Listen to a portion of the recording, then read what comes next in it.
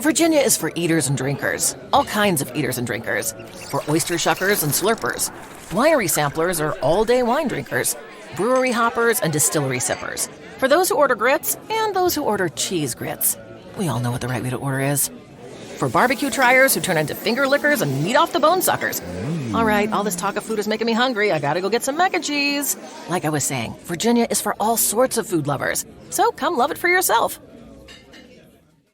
At Kroger, shopping with pickup and delivery is the same as shopping in-store. Same low prices, deals, and rewards on the same high-quality items. It's one small click for groceries, one big win for busy families everywhere. Start your cart today at Kroger.com. Kroger, fresh for everyone. Restrictions apply. See site for details. And right now, stock up on your favorites during the 10 for 10 sale. Mix and match participating items and get 10 for just $10 with your card. Kroger, fresh for everyone.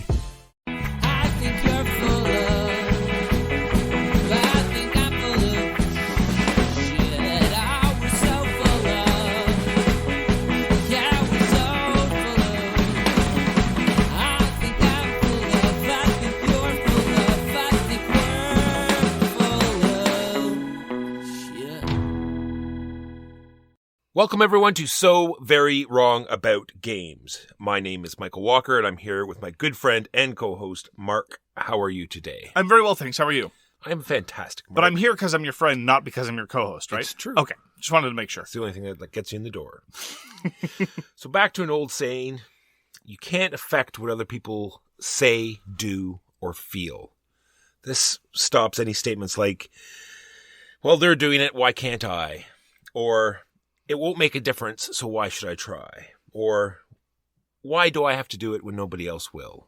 You can only control yourself. And when you look back, are you going to be proud of the things that you did? Well said, Walker.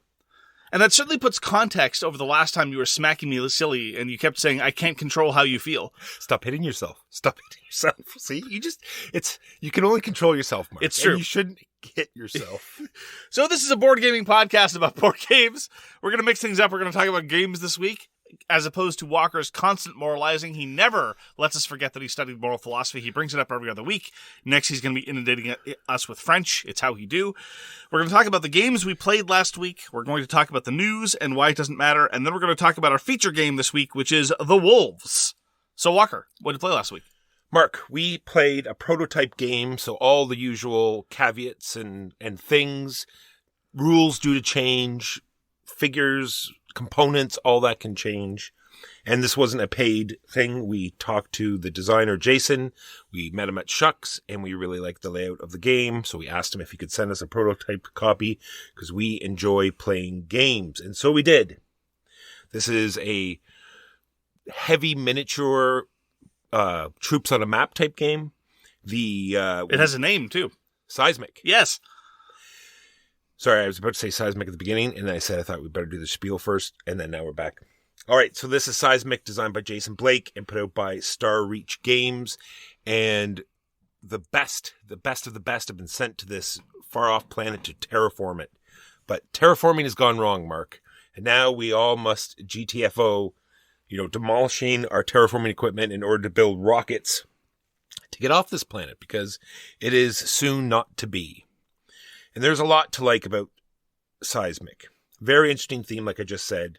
I've only played it once, but this is what I got out of it. Great action selection. You have 10 cards to choose from, and you're going to be doing 5 actions for a round, but you have to burn a card, is the terminology. So you put one card face down, and then you choose the card you're going to play for that round. And so you're only going to be able to play 5 of those cards per round.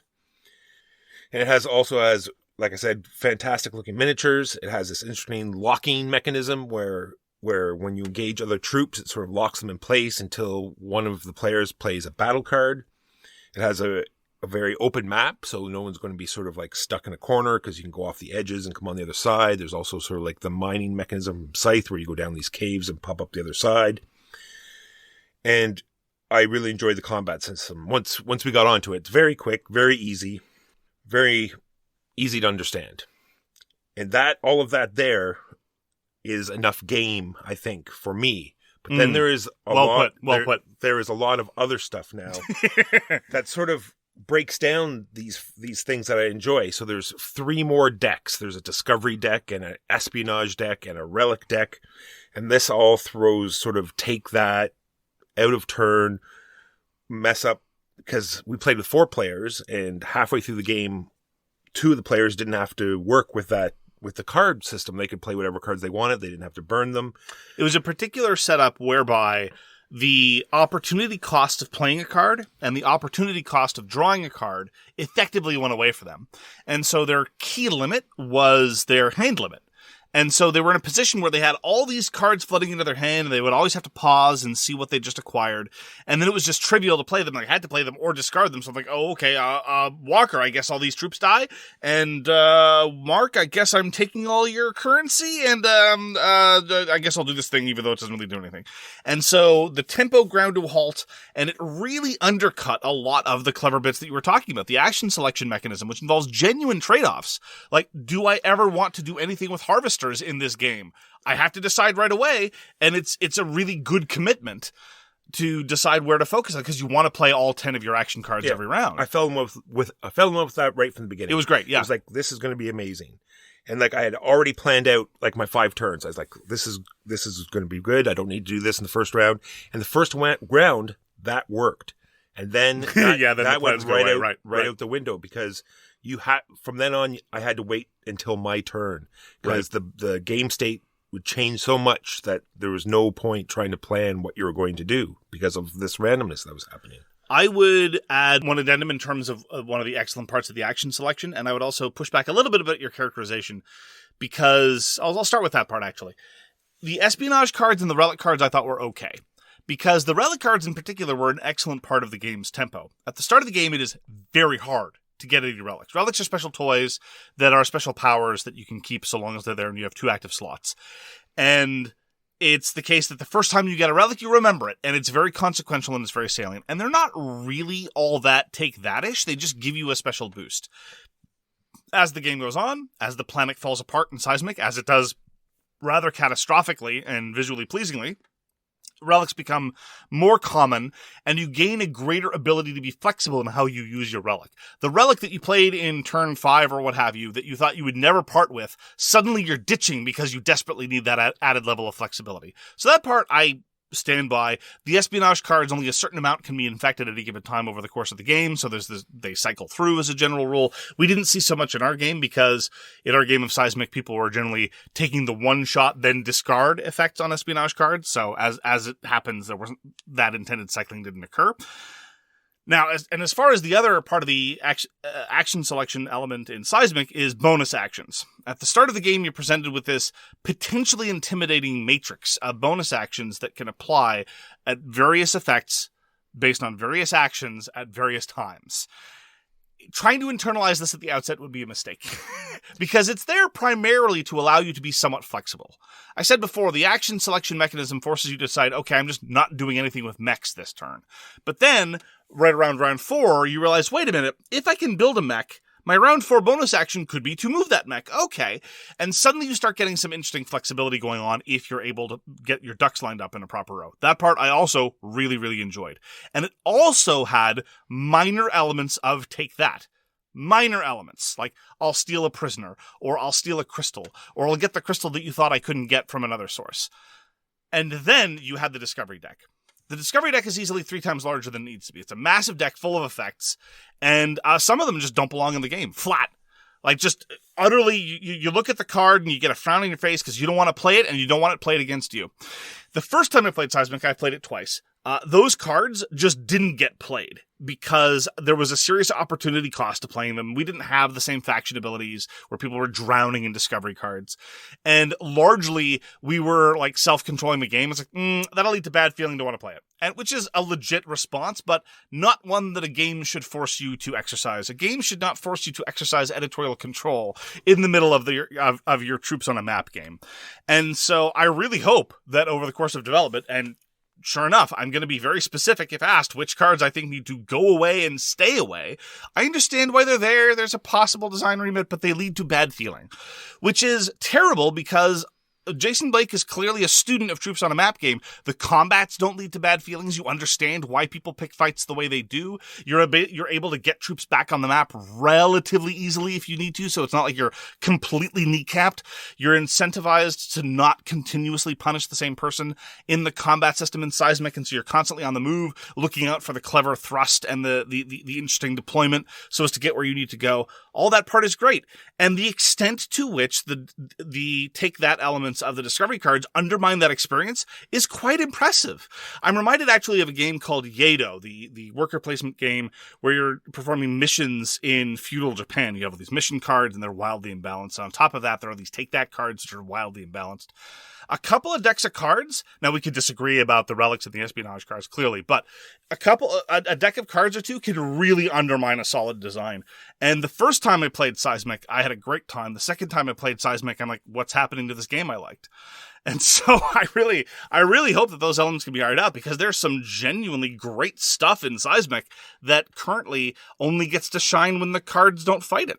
Yeah, just go back to what you said about you're incentivized to attack certain people and not the same person over and over again, because there's these 6 blueprints that you need to build this ship to get off the planet, and all of the 6 players have one, and if some players aren't playing, then you get those ones automatically, and so you sort of have to fight or cyber attack the other sides to get that, so you can build it yourself. I also thought that was pretty cool. It's marvelously thematic. It dovetails with the economic system. It dovetails with the battle system. Everything fits together in a very, very pleasing way.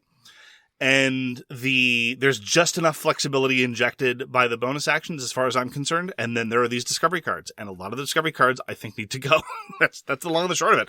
I mean, maybe if you really wanted to, you could parse them into different decks. You know, the deck for people who want to play a game, and then there are a deck for people who want to play Uno. Or I'm exaggerating somewhat. But honestly, that's the one thing that I'm definitely going to be paying attention on for development. Is it a huge box full of excellent design and excellent toys? 100%. The sculpts are beautiful, and we are told that the sculpts will be the same for the final published product. And they're actually really functional. You can look across the table and see exactly what forces are arrayed against you. And ultimately, the toy factor married to excellent game design is extremely appealing, but not with some of those discovery cards. So true. So it could be a Dwellings of Eldervale problem or a Nemesis problem where they have those random take that stuff that some people enjoy. Maybe it's just that part of it we don't like. Maybe some people will. Who knows? But the fact that I'm very much looking forward to playing it again means something. Absolutely. There's even underneath some of the hurt feelings and some of the bad vibes of some of the discovery cards, it is impossible to deny that a lot of excellent design work has gone into Seismic. And indeed, as a student of Troops on a Map games, it ticks a lot of the boxes that we like in terms of avoiding the common pitfalls. This isn't like playing Steam Watchers, where it's like, how did this get published now? How have they not learned any of the lessons over the past 10 years? So I'm very much looking forward to seeing Seismic's development. It's going to be up on crowdfunding soonish. But as I say, I hope that some progress is made in the areas that I want. And other than that, the fundamentals seem solid. And that's Seismic by Jason Blake and Star Reach Games. I get to play more Summoner Wars. After commenting that I found that the second edition of Summoner Wars was really the edition that allows the strengths to shine, it was then pointed out to me that there is online play for free. There's a dedicated web portal for Summoner Wars play, and Summoner Wars is sufficiently simple and straightforward that I was willing to give it a shot, especially if there was AI. There is AI, and it is indeed free. You get 2 free factions, and you can buy additional ones for $4 a pop American, which is a pretty reasonable price for playing them online, and not like an egregiously duplicative price. I hate it when, you can get the online version or the retail version with physical components, and they're both basically the same price, and then I feel like I'm buying the thing twice. But if I'm buying the deck for $15, and then you ask another $4 for online, that seems vaguely reasonable. Again, especially since, as I pointed out, there is AI there. It'd be really cool if they had a code in the retail version that you could use on the online and get the deck if you paid for the retail version. Or maybe even a discount. I don't know. I mean, we're quibbling with relatively small costs here, especially given that in the context of other skirmishy type things, Summoner Wars is already a huge bargain. Their distribution model and their choices to components is absolutely preferable to the overwhelming majority of other systems out there. There was recently a conversation online with Charlie Teal and Matt Thrower as well as myself contributing briefly about why is it that so many skirmish systems are so incredibly exploitive when it comes to pricing. So the latest example of this is the D&D skirmish game. The base box is incredibly expensive, and each faction expansion is something like $60 USD. And so at that point, quibbling over $4 for an online faction seems somewhat churlish. Anyway, the online play was very satisfying. Summoner Wars games are very fast, very satisfying.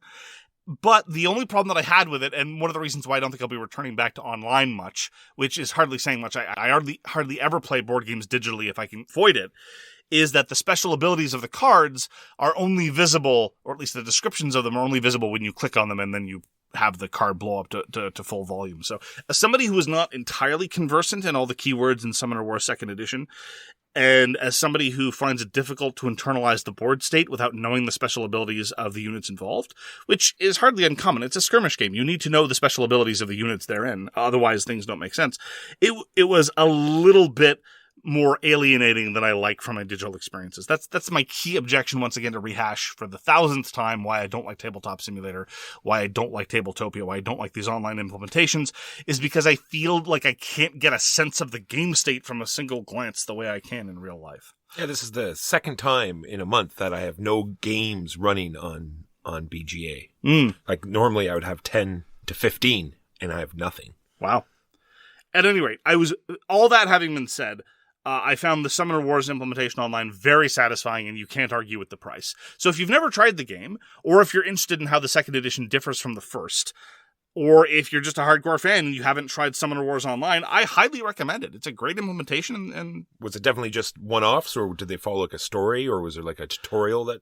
There are a variety of other features that you can unlock, and some of them are hidden behind a paywall, but a basic one-on-one versus the computer where you play one of your two decks and you pick any one of the available decks as your AI-controlled opponent, that is 100% free. And so those were my primary experiences. I wasn't interested in getting involved in throwing more money at it.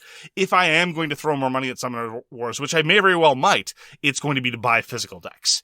And again, that's not going to represent a significant investment in terms of money, so I might well do that in the near future. So that's Summoner Wars 2nd Edition, designed by Colby Dauch, Plaid Hat Games. I returned to Weather Machine, designed by Lacerda, and put out by Eagle-Gryphon Games. Yeah. I just think Lacerda is not for me. It very much leads to, no, you don't get to do that. Almost every, you set something up and says, no, you forgot this one key You set up component. the 4 of the 5 things you need to do in order to get the gear, so you didn't do the 5th thing. Yeah, the 5th turn, and now, but that was your last turn, so you thought you had a turn, and then it's like, no, you still, even though you have all your ducks in a row, you didn't publish a paper, so you didn't... Well, you didn't get the permit for the ducks. Well, I published the paper already. Oh. And I got that point, but then if you wanted to hit it again, even though you did all this other stuff to set up for it, you still have to have that published paper. You need that 6th step. Sure. That being said, it is much like... Isn't the 6th step acknowledging that you're powerless before a higher power, of namely Lacerda? I think so. I tried. I really did. Yeah. You've given him a lot of chances, I gotta say. You've done your diligence. You've tried a lot of different Lacerda games, and you've really put in the effort. I think I'm impressed. And not for me. Yeah. Weather Machine. Lacerda. So let me just ask, though, because I am genuinely curious. Having played a fair number of different big box Lacerda heavy games, do they feel significantly different to you? I think so. Okay. And under that context, do you think that Weather Machine represents some of his better work or some of his less good work? I would say it would be in the middle somewhere. Okay. A middling Lacerda. Agreed. I went back to Skytear Horde. After our somewhat disappointing experience playing it 2-player, I went back to playing it solo because Skytear Horde, as a reminder, has an excellent AI system and most excellent Magic style-esque my 4-5 against your 2-4 kind of creature combat. And the setup is incredibly trivial, and it was pointed out to me that one of our complaints, namely the very, very low amount of card influx, which means you don't get to play with a lot of toys, which means you can get stuck without a great deal of variety, which means you feel like you don't get a whole lot of options, is addressed by the Kickstarter exclusive player faction. Oh, of course. Yes. So there are 3 decks available in the retail version, 3 player decks. There's a whole bunch of monster decks, a whole bunch of different castles, a whole bunch of different this, that, and the other. But the 3 player decks get supplemented in the Kickstarter version by a 4th yellow player deck. So I went out and I tried the yellow player deck. Many yellow spells do something, and then you get to draw a card. Or you get to trigger an effect, and then you get to draw a card. And then it feels a lot more like other card games where, there's a reasonable influx of cards and you have the standard card game hand management stuff. And I have to say, with the yellow deck, it feels almost like an entirely different game. And my one salient criticism of Skytear Horde completely goes away. And so I really think that they've missed the boat with the yellow deck. The yellow deck ought to have been in the base game, because even by the admission of the rulebook, the green deck in Skytear Horde is not really for novices. So generally speaking, if you want to have something hidden behind the Kickstarter wall, make it the thing for more experienced play, I would think. Unless you're then worried that your retail version has only the noob decks, but whatever. I'm disappointed that I didn't get to start with the yellow deck. I'm disappointed I didn't get to show you the yellow deck first off. I still don't know how good it will feel 2-player, because you're still not getting as many cards of the system 2-player as you would 1-player, whether or not the yellow faction's involved. But since making that discovery, I have since played Skytear Horde 2 more times over the course of this week. So I played it 3 times total since I last discovered it. Again, when it's that quick to set up and that quick to play, the commitment is negligible. And I have to say that this is one of those occasions where, very much like Cthulhu Death May Die, my preferred version is hidden behind the Kickstarter exclusives, which kind of stinks. It was an expensive enough retail product already. I don't know how much the Kickstarter deluxe versions are going for, probably more than they're worth. Such is the way of things. But I'm left in an awkward place now. I don't know if I can recommend the retail version of Skytear Horde, case depending. Probably not for multiplayer play if you really want to be able to see cards coming in. But as it is, if you can have access to the Kickstarter version, I highly recommend starting with the yellow deck and then working your way forward, dealing with card scarcity therefore. But as it is, one of my favorite solo games, probably my favorite solo game that I've tried this year. So, really enjoying Skytear Horde by Giacomo Neri and Riccardo Neri of Skytear Games. So for the past couple of weeks, we've been experiencing a game. We haven't actually played the game, but we've been experiencing the game. This is called League of the Lexicon. This is published by Two Brothers Game, and what it is a trivia game, and it's a trivia game that is 100% up my alley. I actually carry sort of like a stack of these cards with me because I find the questions fantastic. I love words. I love word manipulation and the history of languages, and that is what all these questions are about. Even though it's about like root language as opposed to how the language has progressed over time, and sometimes the questions can be a little bit misleading, still 100% for me. Unfortunately, this is married to a traditional Trivia Pursuit type game mechanism where everyone is given a character card at the beginning of the game, and these character cards have symbols along the bottom, and every time you answer a question correctly, you flip over an artifact, and you hope that it matches a symbol that is on your character card, and if it doesn't, well, you get to keep that card and do other things once you've accumulated a bunch of them, but other than that, keep trugging along until you get, all 5. Painful. Shouldn't say that because we actually have not played that part of it, but still, I think we know enough that it would be painful. So if you want a trivia night or, just to do a filler, which we've been using it for, or while you're sitting at the restaurant waiting, they're great sort of questions just to pull out and discuss them even, not even just cycle through them, just discuss even the questions. And we have interesting trivia questions like that. It's something. I hate this, Walker. I hate it so much. I've been humoring you. I loathe most of the questions in League of the Lexicon. Would you like my trivial objections first or my more substantial ones later? I'll take them all. Give me the trivial ones first. Okay, actually, I can kind of put them under the same umbrella. It is mildly chauvinistic in the sense of operating from a very myopic perspective. All right. Now, sometimes I'm not saying that this commits serious cultural crimes in the sense of systematically excluding marginalized people. But for example, it says list 10 books from the New Testament. It doesn't say 10 books from the New Testament of the Christian Bible. And when it talks about the Old Testament, it doesn't say the Hebrew Bible or doesn't acknowledge anything. It just says the Old Testament. I find that a little off. But this sort of sense of myopic chauvinism is heightened in its approach to language. Because when it is asking you which form is linguistically correct, and already my hackles get raised, it is referring exclusively to certain subsets of dialogue. Let me give you an example. So, it loves to ask which of the following sentence is grammatically correct.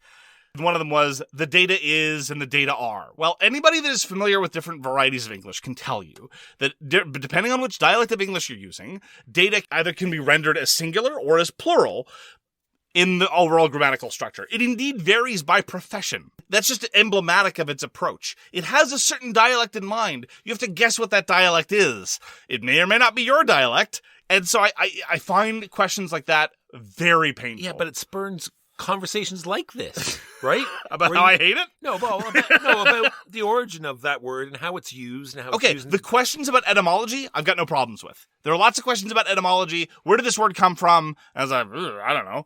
It's like, comes from the 16th century Middle English thing. It's like, okay, fine, great. That's whatever. Then it's just solid generic trivia stuff. And that's not for me, but for a lot of people it is. But then why, when it has, and again, like when it comes to books of the Christian New Testament or books from the Hebrew Bible, there are right or wrong answers to that.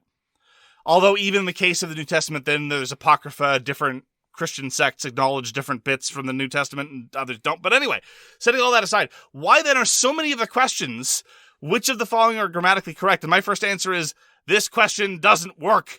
And I don't even know a whole lot about linguistics. Maybe it's just for their target audience. It just bothers me. I find it adopts a very specific viewpoint and stance, and then kind of presents that viewpoint and stance as some sort of weird, harmonized objective truth. Yes. And that bothers me. That rubs me the wrong way. This is the correct way to speak. Precisely. Yes, and I'm not down with that kind of framing. Doesn't do it for me. I like that you appreciate those kinds of questions and find them thought-provoking. I find League of the Lexicon, when it is not merely being trivial, I find it borderline obnoxious. And the production is right off through the roof. This was a review copy that was sent to us. What else did you play this week, Mark? We got to play Turncoats after week of Walker saying, no, I want to play Turncoats. We finally got Turncoats at the table. Turncoats is designed by Matilda Simonsson of Milda Matilda Games. It is a beautiful production, consisting as it is of a felt bag, which is also the board, and then a series of colored stones. And I have to say that Turncoats is probably the epitome of the kind of game that I respect more than I enjoy. The design work is phenomenal. It is marvelously minimalistic. I would say that Turncoats definitely puts to shame other games of this ilk, specifically games where you have a secret allegiance that is nominally hidden until potentially the end of the game. Games like A War of Whispers, or even some of Colavini's stuff like Clans. I think Turncoats is vastly better done, both in terms of simplicity and in terms of tension. What it also has, and I draw this comparison because it's a very characteristic element of a lot of his work, the Per Sylvester feeling of any play I make weakens my position, because you have to have the most influence in the winning faction and also make that faction win at the same time. Balancing those two is frightfully difficult. And to me, it induces a kind of stress. So while playing Turncoats, I'm like, wow, this is really impressive. And I feel like I can't take any moves. And so I just feel paralyzed, while at the same time blown away by the quality of the design. So this is absolutely one of those games that if this is your kind of thing, you should absolutely try it if you haven't already. But first of all, this isn't my kind of thing generally. And furthermore, I just find it overly tense, if that's at all possible. Yeah, to strengthen a faction, you must play a token that gives you strength in that faction. Right. That gives you ownership of that faction. You're sacrificing your own strength for the sake of the board presence, which you kind of have to do. So there's this constant juggling act between your strength and the faction and their overall strength, and you don't know what anyone else is gunning for. It's the presentation of uncertain information is masterful. And really, I'm taken aback by how well designed Turncoats is. I've now played it 3 or 4 times though, and I just find it an incredibly daunting experience. Yeah, it gives me a Knizia feel. It's such a boiled down, simple decision, tons of tactical decision type game. Did you enjoy it, Walker? Oh, yes. Very much so. Good. I'm glad. Then we got to play a very interesting game. This is called Tribes of the Wind. This is designed by Joachim Thôme. I would say Joachim Thôme. Joachim Thôme. And published by... Oh, is that why you wanted me to lead into it? So No, this wasn't a trap walker. All right. Published by La Boîte de Jeux. Artist is Vincent Dutrait. And so you know it's going to look beautiful. Or Vincent Dutrait, even. And it does look beautiful. Yes. And it does. I'm sorry. In hindsight, this really seems like I was trying to set you up. And it does look beautiful. and its hook is that you're going to be using the backs of your players to the left and to the right. And it's not so much... it's not really secret or anything. It's not like a Hanabi or anything like that. It's just you're going to use the colors of the cards that they have. They're going to power your cards depending on what card you play, because it could be a card that means you have to have those symbols, or you can use, from your left or right. There are, broadly speaking, a handful of different types of card criteria. One of them might be, do you have more of this suit than one neighbor or two neighbors? Or tally up the total number of instances of the suit across both of your neighbors and yourself. And of the various 4 suits, they will power different kinds of things. And consequently, you have to know the backs of all the cards of your neighbor's hands. But as Walker says, you don't use this to make inferences about what your opponents might do. You just use them as fodder for determining how powerful your own card effects will be. And I think there was just enough mix of the different card types, like you said, have more, have less than, or, how different ways they manipulated the cards. I think that part of the game was perfect. Just not too many to make it complicated and not few enough to make it dead simple. And then that was married to a whole sort of player board where it's a sort of a post-apocalyptic thing where you're trying to rebuild society. So you're putting out towns and temples, and you're trying to, every time you put out a village, you get these scoring cards, which will tell you to have different colored, tiles in different orders, or temples in certain places, all different types of scoring things. I thought it was a great experience, much better than I thought it was going to be, that's for sure. I was very surprised by how clever the action selection mechanism is. Just the way the cards work, I thought was great. Really, really, really well done. Constantly forcing you to be flexible and changing your priorities based on what's available to you. It just shakes out perfectly. Initially, I was disappointed because I felt like, there's not going to be enough player interaction because I don't really care or know what they're going to be playing. And sure enough, that's a bit of a thing. But ultimately, it's just dynamic enough to make the sort of internal economy of your card actions to be very, very compelling. And so I loved the card play. I thought the game was a bit too long. Yeah, I was going to say about 10% too long, but I think it might have been a first play thing. Possibly. It ended up feeling a little bit repetitive, because what you need to do is you need to clear land, build a tile, move people there, build a village. You do that over a course of 5 times and then the game ends. That's pretty much the only way to win. The only way to win is to build villages. All the scoring conditions relate to villages. Well, some of them relate to tiles, which are... Anyway, but by and large, that was the overwhelming focus of a game of Tribes of the Wind, and so I wonder if even just playing to 4 villages might be better. I don't know. I'm not suggesting this is a house rule, but structurally speaking, I felt right around the middle of the game, things kind of started dragging. It's like, okay, well, I've gotten into the rhythm of building villages now. I just keep doing this again and again. There's a little bit of timing in there, right? Because it's either play a card or build a village, and so you could have the village already set up to be built, and you could just be waiting for maybe a couple of village cards to cycle through before you had one that you really liked, and then started spending actions on building villages. I thought that was kind of interesting as well. Oh, it's true, yeah. The timing considerations, despite not emerging from actual player interaction, are quite compelling. Whether it's, I need to play this card now because it'll get a lot worse if one of my neighbors plays a yellow when I don't want them to, or I need to build this village now because I need to snag that objective card before anyone else can. Those trade-offs introduced in your largely multiplayer solitaire game of laying out tiles on your own board really do manage to add spice to what otherwise could have been a very procedural affair. I just wish that there had been a little bit more, mid to late game interest, because you just feel like you're doing the same thing over and over. But that having been said, the same thing you're doing is pretty excellent. So I too was very, very pleasantly surprised by Tribes of the Wind. Those are the games we played last week. Now on to the news and why it doesn't matter. Mark, there's going to be a game coming out called 3 Ring Circus. This is by one of our favorite designers, Fabio Lupiano, and it's also going to be designed by Romeo Conzadori. We love Fabio, and this is going to be We're on a first name basis. Oh, yeah, he calls us all the time. We call him Fab. Yeah. He has done Kalamala, games of that type. Autobahn, more recently. Oh, Autobahn. How could you forget Autobahn. You're so amazing. Anyway, It's true. So very much looking forward to it. You're building, it's a period piece. You're back in, Barlam and Bailey's time. They're going around and they're doing their circus, and you're traveling the small villages doing yours, and it seems like it's going to be interesting. Everything that he does seems to have something interesting in it, so I'm looking forward to checking it out. 3 Ring Circus. Joseph McCullough is the author of Frostgrave, as well as Rangers of Shadowdeep, as well as the Silver Bayonets. And while I tried the Silver Bayonets and I love the setting, the combat resolution system didn't really please me as a tabletop miniatures game. But Silver Bayonets is getting that most important of expansions, Walker, the Canada sourcebook. Ooh. This is actually going to be written by Ash Barker, and he's actually Canadian, so we can hope that we're not going to have too many things like weremoose. Although, actually, now that I say it, I could go for a weremoose. I was going to say, we're not going to have like were-beavers and then the were-hockey team.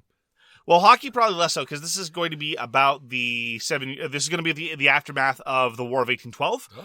And the system already has werebears. We might have some of those, but I don't know. I could get behind a weremoose.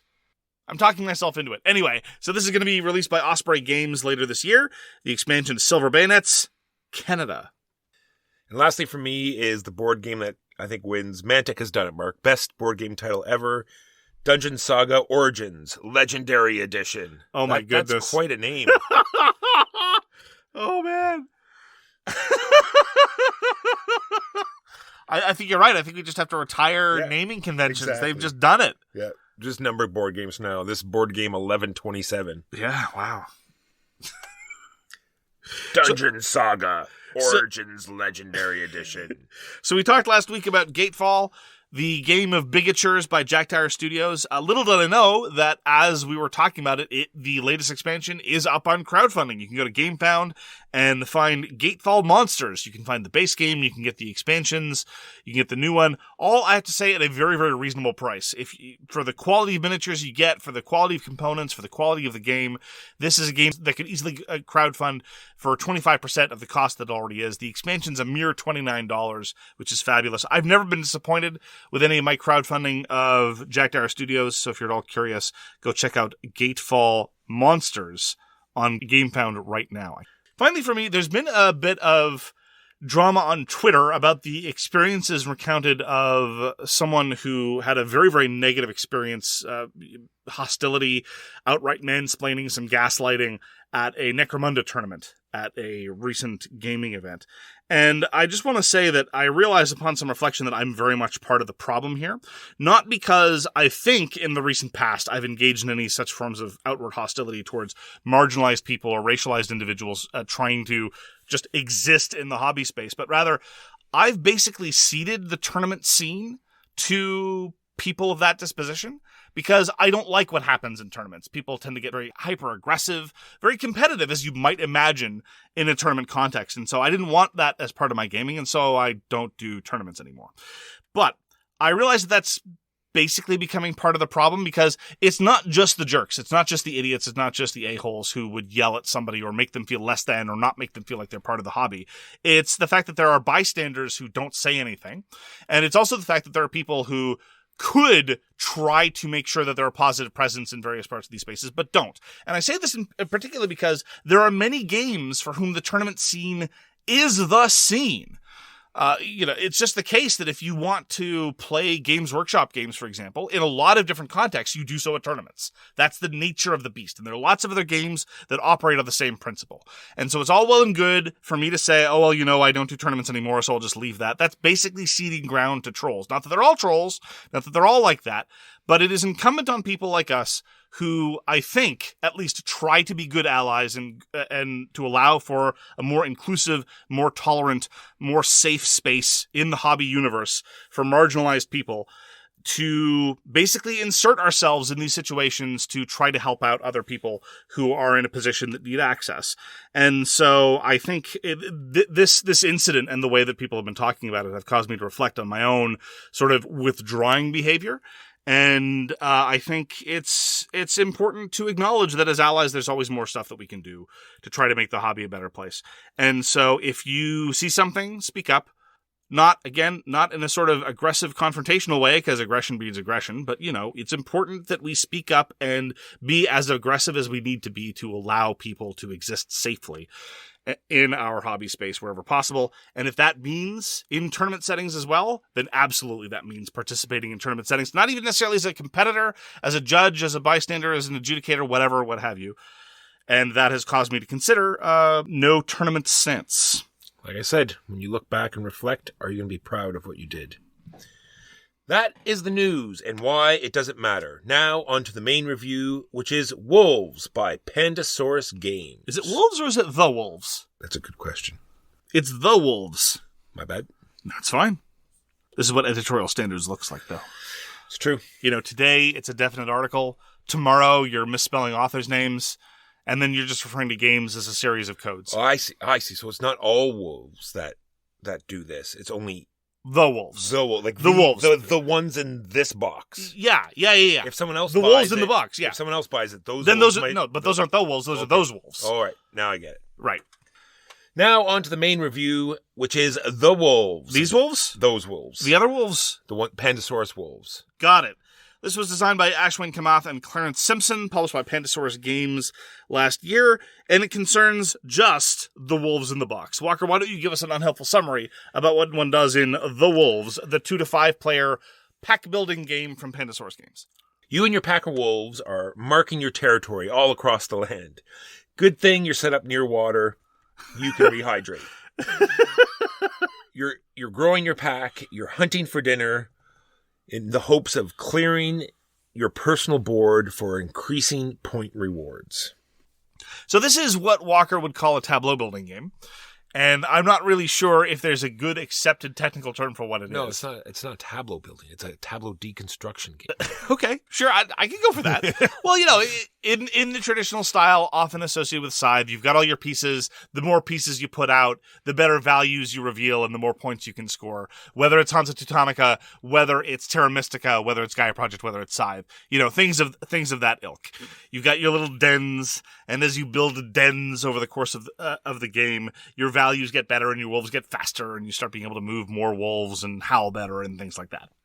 And much like Scythe, the rules are very easy to teach due to your player boards having great rules explanations. It even comes with a reference summary card that pretty well tells you the whole game, and everything's on those cards. There's a little bit of tweaking, which we'll get to later on, but medium setup, easy to get going, joy to teach. So the action selection is once again somewhat clever. You have these tiles at the top of your board. You have one tile that is always the same. It's the same on both sides. Other tiles, you flip them as they activate them, and they depict the various types of terrain that are on the board. The board itself is made up of these large tiles that you build at the start of the game, so there's a bit of variety, but basically it's just an abstracted set of terrains. So, for example, if I wanted to move to forest, I would flip over a forest tile, or just, if I had a double-sided forest tile because I were forest wolves, I would just gesture to it and say, you don't have to flip it, but depends on how hardcore you want to be or how much you want to respect the formalism, as we say in our group. Or if someone's learning it, so you can just show them how it's done. Absolutely. Then other actions require that you have multiple of the same, and this requires some setup, generally speaking, as a rule. So if you want to build a den on Tundra, you need to have 2 Tundra tiles face up. This might require you to do a slightly suboptimal move to flip that other tile that was desert on the other side, for example, so you can do the double Tundra.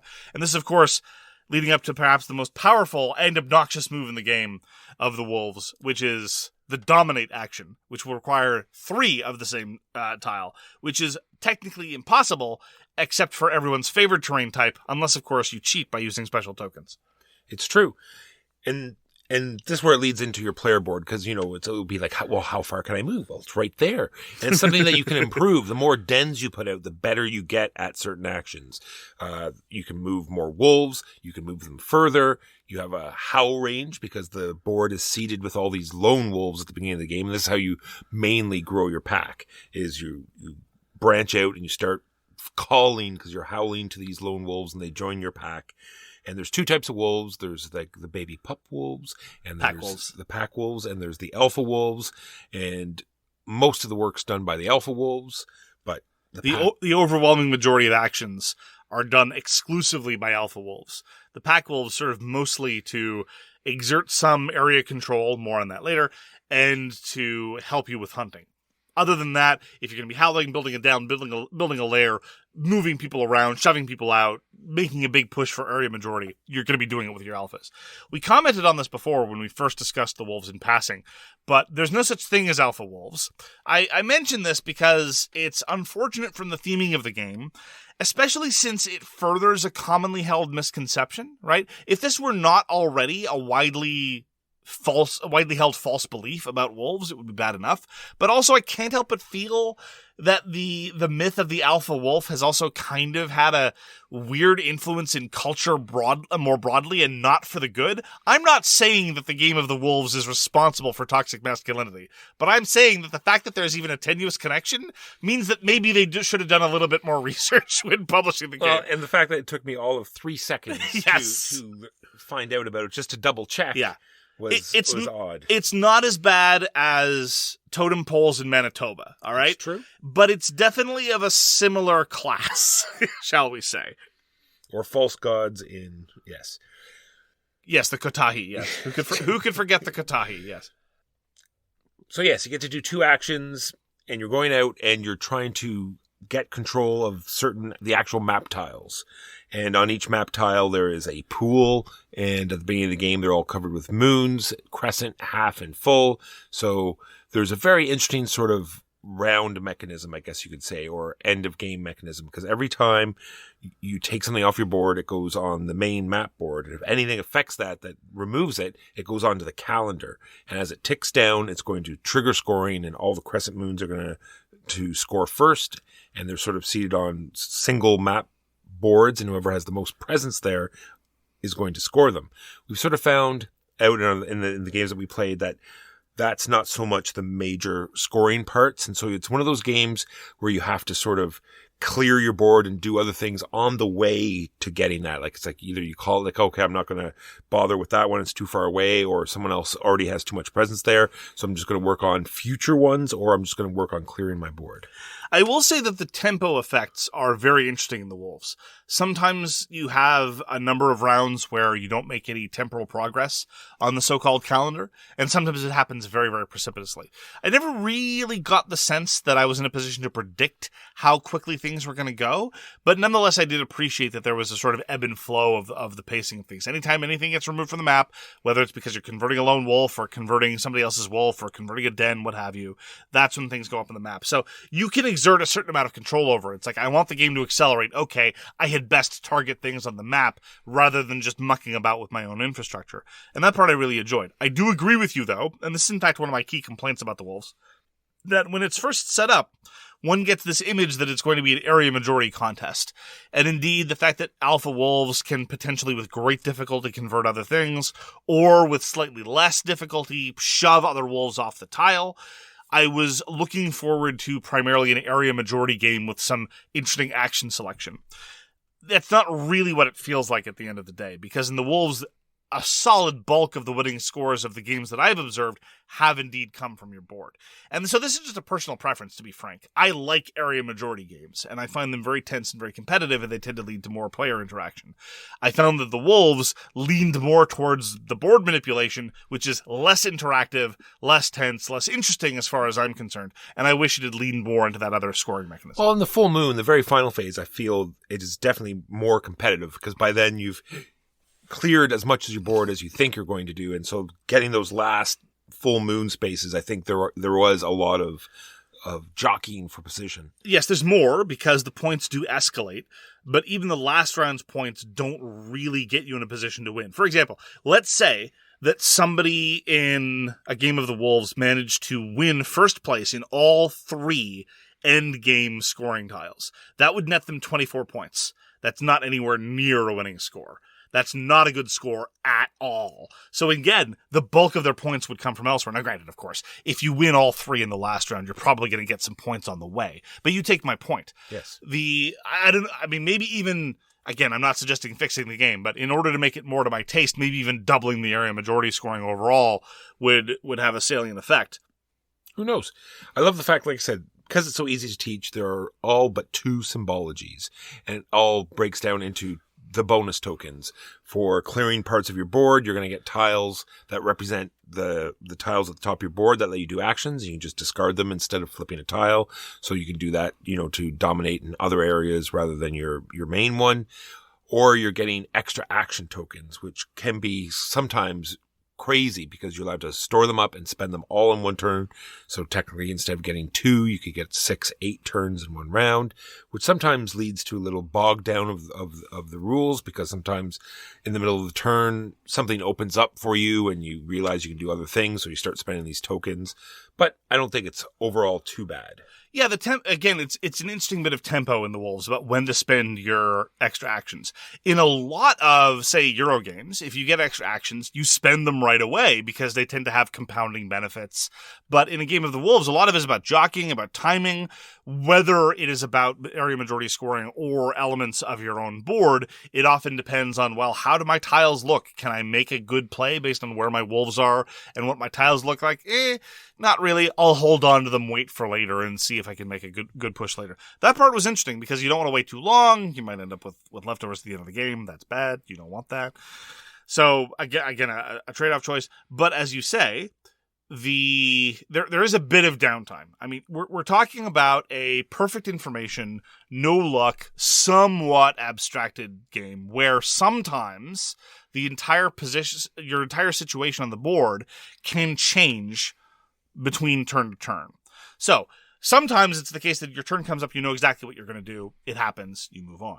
Sometimes turns take a little bit longer. You're playing a 4 or 5 player game. It can drag a little bit because there's nothing for you to do in your turn. Sometimes you feel like you can't prepare, and sometimes everyone's cashing in their extra action tokens and you're just sitting there waiting. It's true. I like there's a lot of sort of barriers in the way. The fact that you can only have one layer, which is your most upgraded building, 1 per tile, and it must be around the scoring position. The fact that you can only have 2 pieces in each hex. The fact that alpha wolves block areas. I love that does lead to some dynamic situations sometimes. Oh yeah, you have to look at a board position, you have to look at a tile, and you have to figure out how can I crack this position. I find that most often in the case of prey, this is one area of scoring that we haven't discussed, if you're able to surround a prey token with 3 hexes worth of wolves, then you get to score it. This can be worth rather a large amount of points because they score triangularly based on the number of different prey you have. And frequently, after a prey has been claimed for the first time, or just as it's about to be claimed for the first time, there are all these opponent wolves in the way, and you have to think about how to get your wolves into position, and or you start wondering about whether you can do it in time. Those are, in fact, in many ways, the most interactive moments in the Wolves, more so than the area majority scoring. Because, again, if you want to have a really competitive score, it's real hard to do that unless you've got a solid prey track. And that that leads down, I think, to the main sort of bogging down of the turns, because placing, it's the only token that goes onto your player board, and as soon as you put it on your player board, you get a extra action, and then you can use that extra action to get another prey, which will let you get an extra action. So they sort of chain off of each other. The Walker maneuver. And suddenly you're getting a bunch of extra actions and slowing the game down. You don't want to, but if you don't get those prey tokens, someone else will take them, and then you won't have them. Yeah. In instances where it's the case that you can string them along like that, absolutely one should do that. It's just, all told, given that it's a perfect information, no luck sort of abstract-y adjacent kind of thing, it can feel like it bogs down a little bit between turns in cases where you feel like you're not in a position to pre-plan your turn. Now, that's a bit of that's a lot of nested conditionals, and I will say that overall, in terms of overall game length, the Wolves has never outstayed its welcome. It's a relatively brief affair. We're talking about, certainly no more than about 20 to 25 minutes per player, tops, absolute maximum. Probably more like an hour overall if you're playing with people who really know what they're doing, across player counts, most likely. And so I do find it's very satisfying from an overall length perspective. But again, sometimes between turns, I find myself waiting. And the production is very nice. It looks gorgeous on the board. The meeples, the Weeples doesn't sound right. Woofles? Ooh. Woofles? Woofles. Oh, jeez. Yes. Woofs. The woofs. Sure. Sounds good. Yeah, they're nice. They're nicely sculpted. I really like the artwork, quite frankly. I mean, the player boards are very colorful, and they do a very, very good job of trying to sell you that there could be such thing as a green player faction of wolves. Which I would not have thought that was possible, but they try real hard. So overall, I would play the Wolves anytime. I like the fact that it goes up to 5, even though it does slow it down, but at least it's one of those games that you can teach easily to 5 players. And sometimes, especially with newer players that won't combo immediately, it will move fast at first, and then they'll get to learn it, and hopefully the ones that will bog it down, they'll get to know it, and it won't be so slow. I find the Wolves has a very satisfying action selection mechanism, and it is married to a sometimes equally satisfying board position series of tactical puzzles and stalemates and attempts to compete for various areas. At the end of the day, though, I'm always left feeling slightly disappointed because, number one, most plays of the Wolves feel the same to me. I feel like I'm doing the same thing game after game. And I'm also wishing that those tactical board positions from directly competing with other players were more prevalent and constitute a greater proportion of the game. The proportion of the game that's just about get a certain number of dens out and upgrade a certain number of those dens to lairs, that part tends to feel very often less satisfying, but that's largely a question of personal preference and my desire for it to be more of an area majority game. As it is, it's a very pleasing game, and I agree with you, it is very approachable rules-wise. And that's going to do it for this week. Thank you very, very much for joining us for So Very Wrong About Games. If you'd like to get in touch with us, you can find all our contact information on sowronggames.com/contact. There at sowronggames.com, you can also search our inventory of episodes and find out all about the Dramatis Personae, the swag canon, various other elements of the greater swag lore, the swag extended universe, or swagoo, as we call it. The swagoo. Thank you very much for deciding to spend some time with us. We appreciate it a great deal, and we hope to see you again soon. Peace! You've been listening to So Very Wrong About Games, produced by Michael Walker and edited by Mark Bigney.